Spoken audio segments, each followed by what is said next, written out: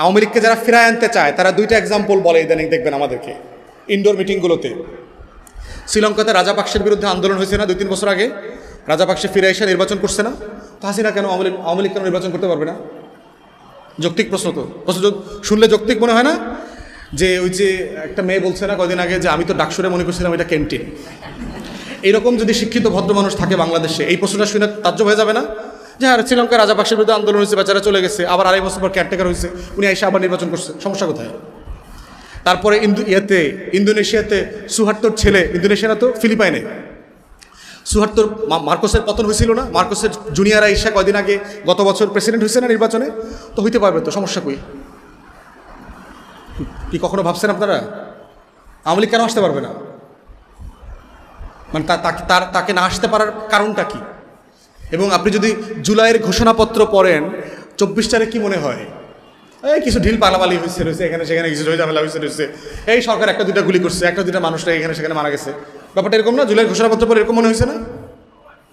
তাহলে খেয়াল করতেছেন যে একটা ঘটনার ইন্টেন্সিটি, এটার পাঞ্চ পাওয়ার বলে আর কি, যে আপনি একটা মানুষকে কত পাঞ্চে মারলে তার কয়টা হাড় ভাঙবে, ইন্টেন্সিটিটা লো করে ফেলছে। আমার গণ অভ্যুত্থানটা যে স্কেলে হয়েছে, যে ইন্টেন্সিটিতে হয়েছে, এইটাকে খুবই ছোট করে নিয়ে আসতেছে। ছোট করে আনতে আনতে এমন হয়েছে যে কোনো দল এইটা 75-এর নভেম্বর মাসে নিয়ে গেছে। মানে এইটা যে আমার এখানে শত শত বছরের একটা গুরুত্বপূর্ণ লড়াই, সেইটাকে আমার 90 থেকে ছোট করে ফেলছে। এইটা ওই যে নিরাপদ সড়ক চাই আন্দোলন, এই ভ্যাট বিরোধী আন্দোলন, এই কোটা বিরোধী আন্দোলন, এরকম একটা জিনিস হয়েছে। কিছু লোক মারা গেছে দেশের স্থিতিশীলতার স্বার্থে। এই সেনাবাহিনীর প্রধান উনি দেবদূত আকারে হাজির হয়েছেন। উনি এসে হাসিনাকে রিকোয়েস্ট করছেন, আপা আপনি আপাতত একটু হলিডেতে যান, আমরা ওইখানে হলিডে রিসোর্ট আপনার জন্য বুক করে রাখছি দিল্লিতে, দোতলা বাসা গিয়ে থাকবেন, আপনি পরিস্থিতিটা ঠান্ডা হয়ে যাক, আপনি রাজাপাকসের মতো আবার এসে আগামী বছর নির্বাচন করবেন। এই কোনো সমস্যা হয়নি। বক্তব্যটা এরকম না? খেয়াল করছেন টোটাল বয়ানটা কীভাবে করতেছে? হ্যাঁ, মানে বিশ্বাস করে ইউনুসকে দিছিলাম দায়িত্ব, কেউ দেখি মব ঠেকাইতে পারে না, এই আবার খুন খারাপি। সুশীলরা বলা শুরু করছে না আইন শৃঙ্খলা পরিস্থিতির এত খারাপ অবস্থা 16 বছরেও নাকি ছিল না। খেয়াল করছেন? হ্যাঁ, কী লাভ হইলো? জিনিসপত্রের দাম বাড়তেছে, বিদেশি বিনিয়োগ আসতেছে না, চাকরি বাকরি হচ্ছে না, পুলিশের নিরাপত্তা দিতে পারতেছে না। তো আগেই তো ভালো ছিলাম, তাই না? এমন রাষ্ট্র কি চেয়েছিলাম, তাই না? ব্যাপারটা এরকম, এমন রাষ্ট্র কি চেয়েছিলাম? এই রাষ্ট্রের জন্য কি 1400 মানুষ জীবন দিল? এত জীবন দেওয়ার পরও আওয়ামী লীগ নির্বাচন করতে পারবে না? কেমন সম্ভব? কীভাবে সম্ভব? এত রক্তের পরও একটা সেকুলার পলিটিক্স এখানে থাকবে না? এত রক্তের পরও বাংলাদেশে মুক্তিযুদ্ধের পক্ষে শক্তি সে রাজনীতি করতে পারবে না? এত মানুষ এই কারণে জীবন দিয়েছে, কয়দিন পরে এইটাই বলবে যে এত শহীদ রক্ত, এত ছাত্রলীগের নেতাকর্মী গত বছর জীবন দেওয়ার পরে আওয়ামী লীগ রাজনীতি করতে পারবে না, সেটা কীভাবে সম্ভব? খেয়াল করছেন? এই বয়ান যদি আমরা এখন থেকে চ্যালেঞ্জ না করি, এইটা যেতে যেতে আওয়ামী লীগ ভারত মিলে, বামপন্থীরা মিলে এমন জায়গায় নিবে। সাদেক কায়ুমরে তো অলরেডি পাকিস্তানি বানাই ফেলছে না? হাদিরে অলরেডি পাকিস্তানি বানাই ফেলছে না? আমারে তো প্রতিদিন ফ্লাইটে পাকিস্তানে পাঠায় দেয়। তা আমার বউ নিচে লিখছে, ভাই পাকিস্তানের সাথে ডাইরেক্ট ফ্লাইট এখনও নাই, পাকিস্তানের উপপ্রধানমন্ত্রী আসছে, ফ্লাইটের দিন তারিখটা তারপরে ঘোষণা করা হবে কবে যাবে উনি পাকিস্তান।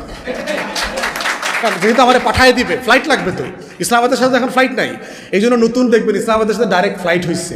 তো নিচে আবার আরেকজন লিখছে, ভাই এই যে আপনারে পাকিস্তানে পাঠানোর জন্যই বাণিজ্যমন্ত্রী আইসা সরাসরি ইসলামাবাদের ডাইরেক্ট ফ্লাইটের চুক্তি করে গেছে, আমারে হাদিরে হাসনাত্রে সবারই পাকিস্তান পাঠাই দিব।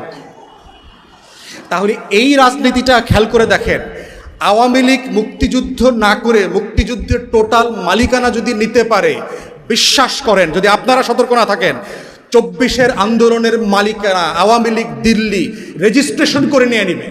নিশ্চিত থাকেন যে আওয়ামী লীগের রাজনীতি করবার জন্য মুক্তিযুদ্ধের সপক্ষের 1400 মানুষ জীবন দিছে শুধু শেখ হাসিনাকে ফেরায় নিয়ে আসার জন্য। এই বিএনপি, জামাত, এই সেনাবাহিনী মিল্লা হেরে দেশ থেকে পাঠাই দিছে। ইতিমধ্যে দেখছেন না ছাত্রলীগের গুন্ডা পান্ডাও এই আহত নিহত শহীদের তালিকায় ঢুকে গেছে। হেলমেট বাহিনীর প্রতি সদস্য ঢুকছে না? তো এটা কদিন পর তো প্রকাশ করবে। হ্যাঁ, ওই যে সাদেক কায়ুম ছাত্রলীগের অমুক কমিটিতে ছিল, ফরহাদ অমুক কমিটিতে ছিল, এরাই তো আন্দোলন করছে। 20 বছর পরে মানুষের মেমোরি ফেড হয়ে যাবে না গ্র্যাজুয়ালি? তখন এই প্রত্যেকটা শহীদ আন্দোলন, ওসমান হাদির ব্যাপারে একটা চিঠি বাইর করবো যে ছাত্রলীগের ফর্ম পূরণ করছিল ওই বরিশাল কোনো এক জায়গায়, ফর্ম পূরণ করে সবাই আমাদের সবার নামে দিয়ে দিবে, দিয়াটিয়া প্রমাণ করে দেবে যে গণ অভ্যুত্থানটা হয়েছে আসলে কোটা বিরোধী ষড়যন্ত্রকারীদের বিরুদ্ধে মুক্তিযুদ্ধের সপক্ষ শক্তিকে ক্ষমতা রাখার জন্য। বাংলাদেশে মৌলবাদীর উত্থান ঠেকানোর জন্য, একটা সেকুলার লিবারাল ফোর্সকে ক্ষমতায় রাখার জন্য, বাংলাদেশে অস্থিতিশীল মবের পলিটিক্স ঠেকানোর জন্য, একটা স্থিতিশীলতার রাজনীতির জন্য এই শেখ হাসিনার নেতৃত্বেই আন্দোলনটা হয়েছে। এইটাই বয়ান হিসেবে দাঁড় করাবে এবং এটাই হচ্ছে বয়ানের ক্ষমতা। অতএব সেই জায়গা থেকে কিভাবে কার ক্রেডিট কিভাবে চিন্তাই হয়। শেখ মুজিব 9 মাসকে জেলখানায় ছিল না ডুপ্লেক্স পাকিস্তানের বাংলো বাড়িতে ছিল? পড়ছেন আপনারা হিস্ট্রিতে? তার কুকের ইন্টারভিউ আসছে না, তারা যে রান্না করে খাওয়াইতো? পড়ছেন আপনারা? দেখছেন ইন্টারভিউতে? উর্দুতে আছে, ইংলিশে আছে, ইন্টারভিউগুলো পড়বেন। শেখ মুজিবকে যে রান্না করে খাওয়াইতো, কি ধরনের প্রিজনারের জন্য আলাদা কুক পর্যন্ত দেওয়া হয়, যিনি বাঙালি খাবার রান্না করতে পারেন। ধরেন আমি সাটগাঁয়ে লোক, জেলে গেলাম, বাইরে কইলাম যে ভাই ডিভিশন দিবেন, লগে সাটগা থেকে ওই মেজবানি খাবার দাবার রান্না করতে পারে, এরকম একটা শেফ দিতে হইব। দিয়ে দিল। ব্যাপারটা কেমন হলো? আমি জেলে থাকলাম, ব্যাপারটা এরকম? হ্যাঁ, প্রতিদিন পত্রিকা আসতেছে, পত্রিকায় খবর পড়তেছে, জানে না কি হইতেছে আবার পত্রিকা পড়ার পরে। মানে বয়ানটা দেখেন, মানে সে যে পুরো জাতিকে নিরস্ত্র রেখে পালায়া চলে গেছে, একটা জাতিকে, কত বড় মানে কাপুরুষ। এই কাপুরুষকে আমার মুক্তিযুদ্ধের জনক বানাইছে, তাকে মিথ্যাচারের কি পরিমাণ শিফট করতে হয়েছে তাকে চিন্তা করেন। এবং সে নিজে কোর্টে ওখানে জবানবন্দি দিছে যে আমি পাকিস্তানের অখণ্ডতায় বিশ্বাস করি। কোর্টে, পাকিস্তানের কোর্টে তার বিরুদ্ধে রাষ্ট্রদ্রোহিতার মামলা হয়েছে, তো সে কোর্টে বলছে আমি পাকিস্তানের অখণ্ডতায় বিশ্বাস করি। এবং সেটার জন্য তো সে কাজও করছে, কাজ করে নাই। ভারত থেকে বাংলাদেশে এসে প্রথম কি বলছে? ভারতে গিয়ে গান্ধীরা বলছে না সৈন্য উঠায় ফেলতে হবে। তো শেখ মুজিব যদি এত ভারতপ্রেমী লোক হয়ে থাকে, এত যদি মুক্তিযুদ্ধের সপক্ষে শক্তি হয়ে থাকে, তাহলে ভারতের সৈন্য উঠ্র করলো কেন? যৌক্তিক প্রশ্ন না?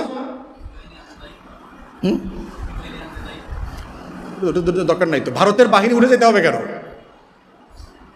ওই দিক থেকে ভুট্টো জাতিসংঘে বলছে এটা ডিসপিউটেড ল্যান্ড, এটা এখনো আমার ভূখণ্ড। শেখ মুজিব দিল্লি হয়ে ঢাকাতে এসে বলতেছে ভারতের সৈন্য চলে যেতে হবে। ইন্দিরা গান্ধীকে দিল্লি থেকে বলছে যে আপনার সোলজার উঠায় নেবেন, আপনি আমাদের সাহায্য করছেন, ধন্যবাদ। এইটা কি ভারতের ন্যারেটিভের সাথে যায় না পাকিস্তানের ন্যারেটিভের সাথে যায়? যে ঠিক আছে আলাদা হয়ে গেছেন, ফাইন, কিন্তু ভারতের পেটে ঢুইকেন না। শেখ মুজিবকে তো এটাই বলা হয়েছে আলটিমেটলি, কি আলাদা হয়ে গেছেন, যুদ্ধ হয়ে গেছে, ফাইন, কিন্তু আপনি ভারতের পেটে ঢুইকেন না। পাকিস্তান কি জিনিস আর ভারত কি জিনিস, এটা শেখ মুজিবের থেকে ভালো কে জানে? তার আত্মজীবনে পড়ছেন না? 46-এ কিভাবে হিন্দু বাড়ি অ্যাটাক করছে, রায়ট করছে, এগুলো লিখছে না সব? 46-এর কলকাতার রায়টে শেখ মুজিব কোন লেভেলের মারামারি করছে এগুলো বলছে না? গোপালগঞ্জে, ফরিদপুরে কিভাবে হিন্দু বাড়ি পড়ায় টড়ায় দিছে, এগুলোর গল্প বলছে না সে? সো দুই রাষ্ট্রকে সে ভালোভাবে চেনে। এখন এইটা বলার মধ্য দিয়ে কি আমাদের স্বাধীনতার আন্দোলন ছোট হয়? না, ছোট হয় না। এটা কোনোভাবেই আমার মুক্তির লড়াইটা ছোট হয় না। যেটা হচ্ছে, এই লড়াইটাকে কি আপনি দিল্লির চোখ দিয়ে ব্যাখ্যা করবেন, না এইটাকে আমার নিজস্ব একটা জনযুদ্ধ বাংলাদেশপন্থী চোখ দিয়ে ব্যাখ্যা করবেন? আমার রাষ্ট্রটাকে আমার মতো করে ব্যাখ্যা করবেন কিনা? এর মানে এটা কি যে বাংলাদেশ পাকিস্তান হয়ে যাবে? প্র্যাকটিক্যালি সম্ভব? আমার সীমানা আছে। বাংলাদেশে কোনো মানুষ গত 54 বছরে বলছে আমি পাকিস্তান হইতে চাই? কেউ বলছে? কিন্তু দেখবেন যে প্রত্যেক দিন যারাই দিল্লির আধিপত্যবাদীদের বিরুদ্ধে কথা বলে তারা বলে ও পাকিস্তানপন্থী। খেয়াল করছেন? আমরা কেউ কি কোনোদিন বলছি যে আমরা পাকিস্তান হইতে চাই? বাংলাদেশের কোনো পলিটিক্যাল পার্টি কোনোদিন বলছে 71-এর পরে? বলে নাই তো। তাহলে সেই জায়গাতে দেখেন, আপনি বাংলাদেশের মুক্তির লড়াইটাকে কোন চোখ দিয়ে ব্যাখ্যা করবেন, এটা হলো বিষয়। এগুলো বলার মানে এটা না যে আমার মুক্তির লড়াইকে আমরা ছোট করছি। কোনোভাবে আমার মুক্তির লড়াই ছোট না। জেনুইনলি বৈষম্য হয়েছে, যুদ্ধ চাপিয়ে দেওয়া হয়েছে আমাদের উপরে। পাকিস্তানিরা নির্বাচনে জেতার পরেও বিজয়ী দলকে ক্ষমতা দেয় না, এগুলো তো সত্য, ফ্যাক্ট। শেখ মুজিব ইলেকশনে জিতছে তো ভাই, ওরে ক্ষমতা দিবেন না আপনি? আপনি কেন ক্র্যাকডাউন করবেন আপনার দেশের মানুষের উপরে? ক্র্যাকডাউন তো আপনি করতে পারেন না।